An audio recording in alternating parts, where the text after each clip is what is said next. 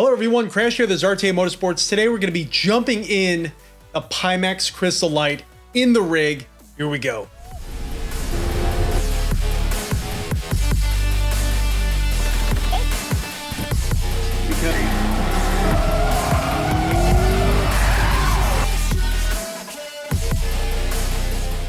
right, everyone, so we're going to jump in and just kind of set this up together and see what this looks like as far as what you have to do. So I already plugged it in. I got the DisplayPort cable in the back of the PC. I have the USB 3.0 cable in the front of the PC and one of my USB 3 ports in the front, and then power. So that was really easy to do. I did see an indicator light turn on the top of the headset, and I did install the software. So let's load up the software and see what that looks like. All right, everyone, so you see we're in the desktop right now. I did load up the Pimax software. I think the current version we're running is 1.4, I want to say. So I'm just going to log in real quick and we're going to see what happens with the headset. Again, the headset is powered on. It does have a red indicator light on in the top. All right, once you're logged in, you're greeted with this window here, and it's all darked out. It's basically telling me to view and set my Pimax headset over here under device. And then, or it says skip or next step 1 through 5. Let's just go over this together and kind of see what this is all about. Browse, collect, buy. Okay, so it's walking me through the initial setup of the app itself. So this is the store. So kind of like Meta's implementation or Steam VR, you do have a store. That's pretty cool. They didn't have this on the initial versions of the Pimax software I was using years ago. So this is pretty cool. My assets. It looks like it's picking up a lot of the stuff I already have in my Steam VR or on my PC. It's picking it up already, so that's pretty cool. Pretty cool. We got the hand lab being picked up. View and edit personal information. Okay. My wallet. Then Pimax Play update version 1.41.2.157. All right, Crystal Super and Crystal fixed the compatibility issue between eye tracking and third-party quad views. So let's update this.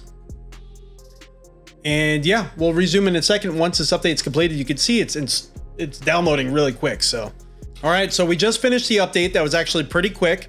Once the update was completed, it showed up and basically just immediately said connecting under the headset itself. And then it brought up this window here. So this is where we currently are. It looks like I have to do a firmware update of the headset. It says the Pimax Crystal Light. This Pimax Crystal Light will be linked to my Pimax ID at my RTA Motorsports at Gmail email. Click confirm. It also gives a QR code here for their Discord community. We already joined that. So yeah, I'm going to click firmware update here. See what happens. Firmware is being upgraded. Please do not close a client and do not unplug the headset. My motion software kind of like came up as a blank screen there, unprompted for whatever reason. All right, I'm just going to pause the video here. It looks like it's just starting now. I don't see any lights or anything on the headset, but we'll resume once this firmware update is complete. All right, there we go. Firmware update completed. That took probably closer to about 10 minutes. So that did take a little bit of time. It would say disconnected, connecting. Let's see. Connecting. Confirm.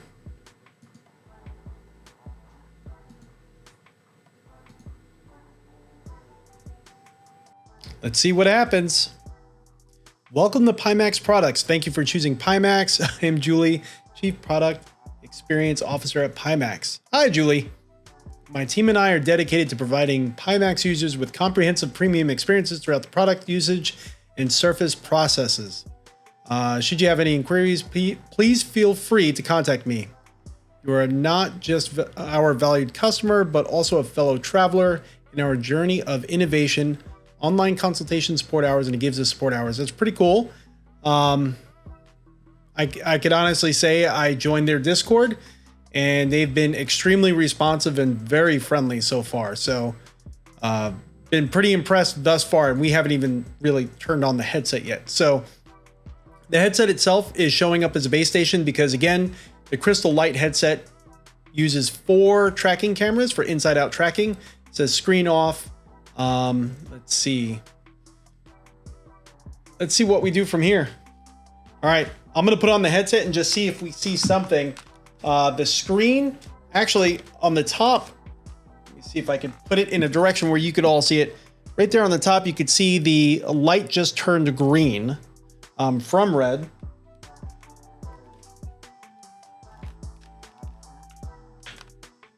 Oh, there we go. So this is the, okay. I'm seeing the same space rendition, like it's not a lobby, but it's just a renderer that I've seen in the past. This is the exact same one that they had in the past with the previous Pimax versions. So when you turn on the headset, you're just greeted with a virtual like planet. That's pretty cool. Okay. I don't want to comment too much on what I see here because so far it's kind of hard to really say because it's really dark as far as like I'm in a space environment. So let's get something where you could all see what's going on. And let's just start Steam VR, I guess. Or do we have to do... Actually, let's set up the controllers real quick. So let's take... I didn't even take a little cellophane wrapping on the controllers off yet.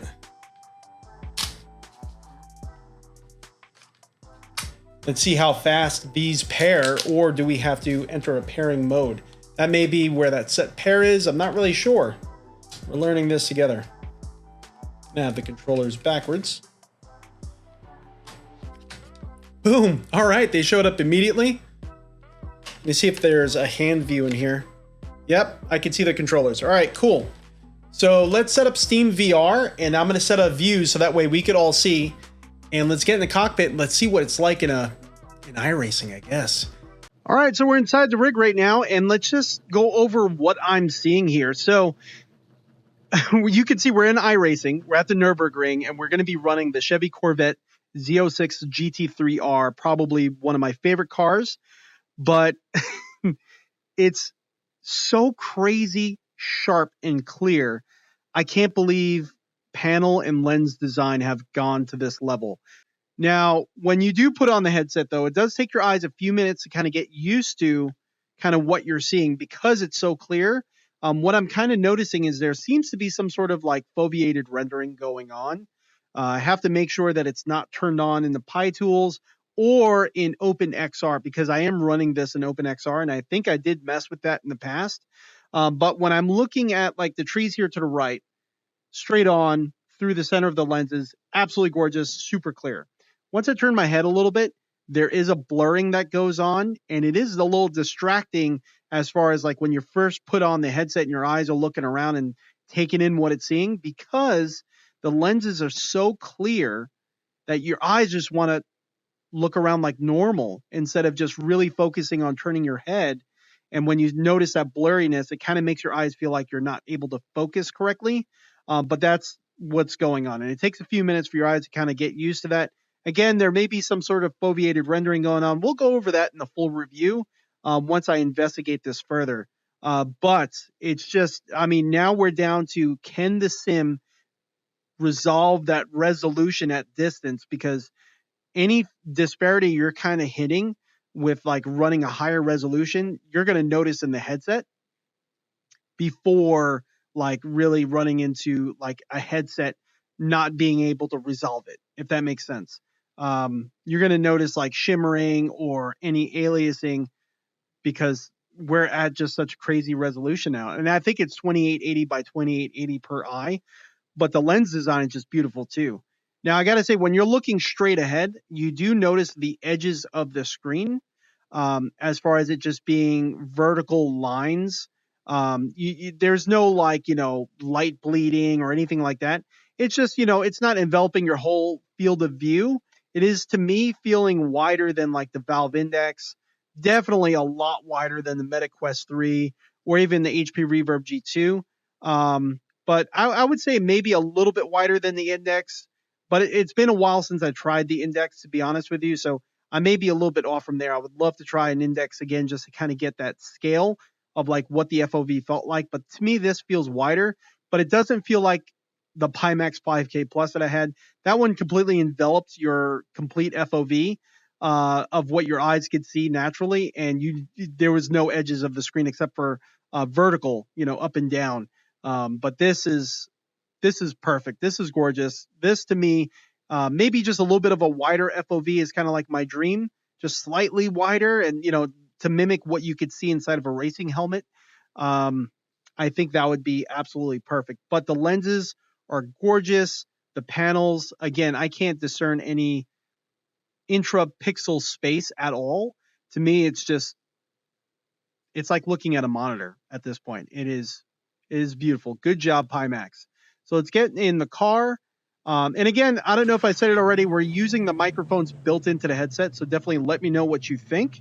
But hopefully it sounds good. And I gotta say, its ability to handle contrast with the local dimming, this is gorgeous. And I'm not really sure if this headset has local dimming. I'm assuming it does, because the dark areas, like the shaded areas, are really dark. It's not like a washed out gray appearance. Everything looks really good and looks really natural too. So like, for instance, I just noticed this off the side here. Let's pull up a little bit. The signs here on the side of the track, they look realistic. Like my brain is like struggling right now. That is awesome. And I can read them. They're clear, just like my normal vision. Oh, this is awesome. So I am running this rig like I normally would do. So we do have the motion rig going. We do have the seatbelt actuators going. We do have rules on. So you can see there, I was just given a warning for a black flag for speeding.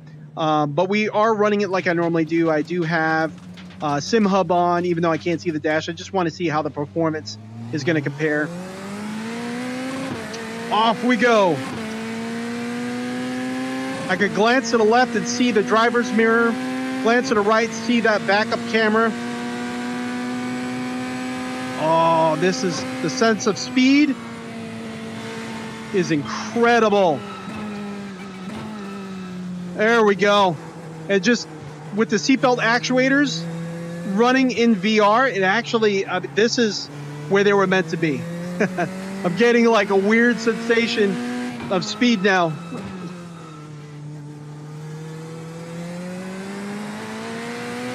So far, the head strap's doing a good job managing any sort of like bouncing and vibrations that I'm experiencing, or that I normally would experience with other headsets. It's managing it pretty well.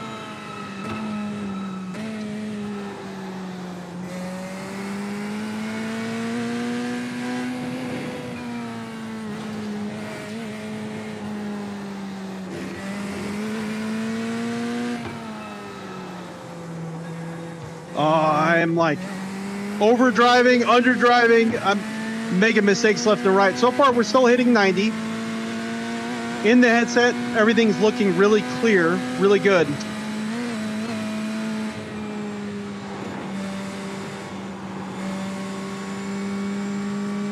Tires are cold, so I don't want to try it.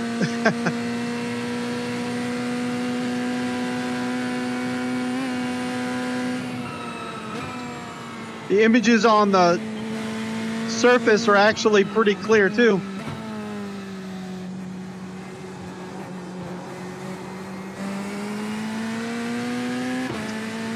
Oh, this is something else.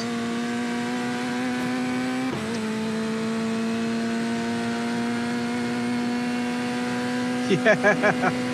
Oh.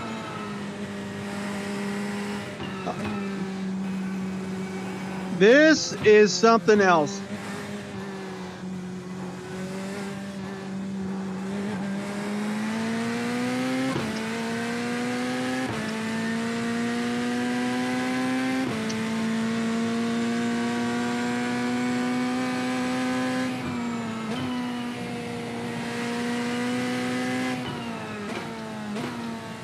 Being able to just like glance over real quick and look at my mirror in the back. Oh, that's awesome.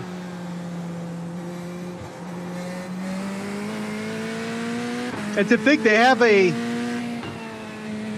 crystal that's above this one.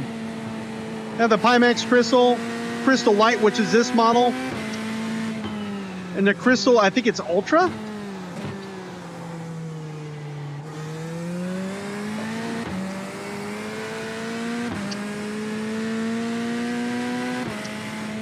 The cool thing about VR that you don't really get on monitors is like the undulations of the track and really seeing like the pitching and the direction that a track could be really tilting your car, and you kind of lose a little bit of that. You learn the track on monitors, but you really don't get a sense sometimes for like how a track is really pitched, or how a bump may be like really sized to scale. You kind of lose a lot of that, and you see it in VR, and you kind of get a sense for it like you would in real life. Like these bumps on a monitor, you don't really see the track going up and down, but in VR, you actually do see that.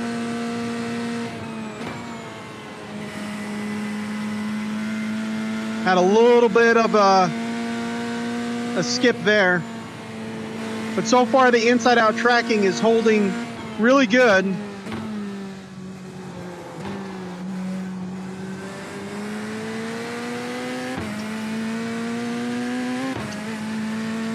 Oh, I bet this would be so much fun during a race, really being able to battle side by side and get a sense for where you are.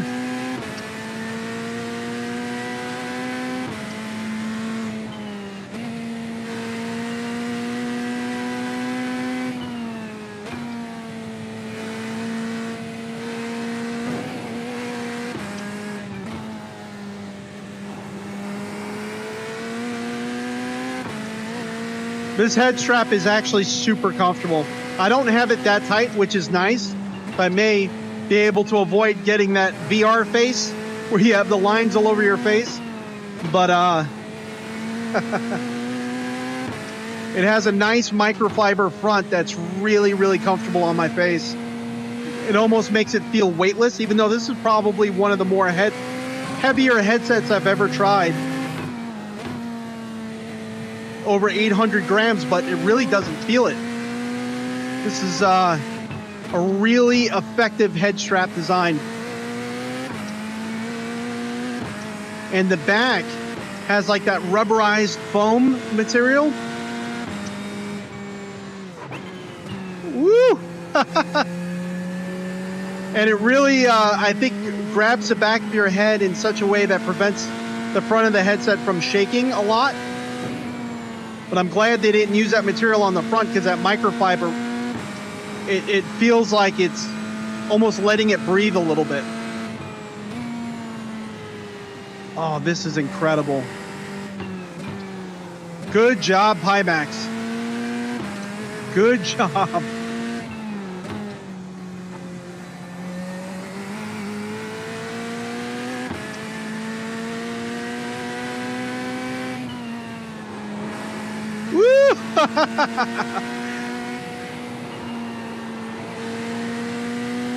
There we go.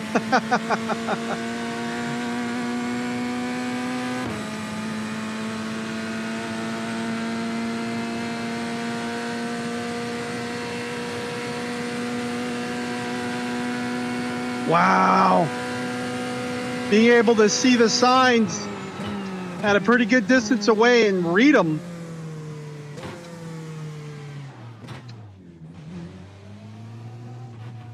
Boxing 5, 3, 2, 1. Right here. Oh my gosh. Wow. So yes. Oh my gosh. Some of the takeaways here. Let's get the headset off, and we just got to talk about it. All right, everyone. So initial impressions wrap up here. I gotta say, this headset is an absolute beast. I was not expecting it to really perform the way that it did. I was really not expecting the optics to be as clear as they were. but they are. And it really does take a minute or two to kind of get your eyes accustomed to what you're seeing. And that's really the first time that ever happened to me, where I'm putting on a headset and my eyes just feel weird. And I was adjusting the IPD and I was going back and forth and not really sure exactly what it was until my eyes relaxed and I realized what I was seeing and what was causing that sort of sensation. And once my eyes relaxed and I got accustomed to what I was seeing, kind of ripping the car around the track was an amazing experience. And I'm glad and very, very happy I was able to share that with you all. If you have any questions about this Pimax Crystal Light VR headset, definitely post them in the comment box below. If you have experience with it, definitely let me know that as well. I'm kind of curious to see what everyone's experience was with it. Again, you saw when we paired everything up, including the controllers, they paired immediately.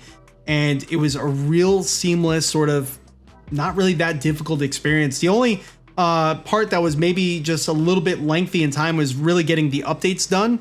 And then ensuring that I had the most recent version of my NVIDIA graphics drivers. It asks you to do that. Once I did all that, we were pretty much up and going. The only thing I really have to look into is whether or not we are running any sort of foveated rendering that we could possibly eliminate some of that blurring around the periphery of that sweet spot in the middle. Because besides that, the lenses look absolutely gorgeous. So I don't really think that it's the lens causing that blurriness. I think it's OpenXR and maybe some preset I have in there, or maybe something in PyTools. I'm not really sure. Something I have to look into. But even with that blurriness, once you're in the car, you do not notice that at all. I mean, that's not really a thing to notice at all, especially when you're driving. It's just something that I have to report because it's something I notice, especially when you're about to load into the car and you're looking out the sides a little bit. But also the weight of the headset wasn't really that perceivable. The headphones themselves, they worked really well. They're just it's not over-the-ear headphones, so you're not going to be able to expect to really get that bass from them, but they do sell an upgraded audio solution, and I would probably, especially for sim racing, go for that. Although with this car being a higher revving, higher RPM sort of car, it didn't really sound that bad. But I could tell you, like, if I was trying to drive maybe the Corvette Daytona prototype or any sort of like NASCAR or truck series car or anything with like a deeper, bassier V8 sound, these headphones are probably going to struggle a little bit more with the lower frequencies. But if you're F1 or any sort of higher RPM sound, honestly, it sounded fine. And it was nice not having anything on my ears to kind of get some of that air past me. It felt nice and open and airy, a little bit more natural. Just, you didn't really get the volume too much. It was very similar to the experience of maybe the Meta Quest 3, which isn't a bad thing at all. Meta has a great implementation of their sound design where it blows the sound over your ears, and this is doing something very similar. Different design, but doing something similar, and really that's a compliment to them. Just you cannot expect where you don't have larger drivers over your ears, or especially the ones sealing on your ears. Can't expect these to really perform in that same way. Just not going to happen. Especially with those lower frequencies. So something to look into if you're looking at this headset. But overall, initial impressions, I'm very, very surprised and very excited to test this more. So if you have any titles, any specific titles you want me to test this in, definitely let me know in the comment box below. Yeah, we're going to get that review going and especially get the through the lens shots for you all. Everyone, I'm Crash for this RTA Motorsports. Definitely stay tuned for the next one. We're going to be doing a lot more testing with this beautiful headset. Everyone, stay safe, stay happy, and I'll catch you all next time.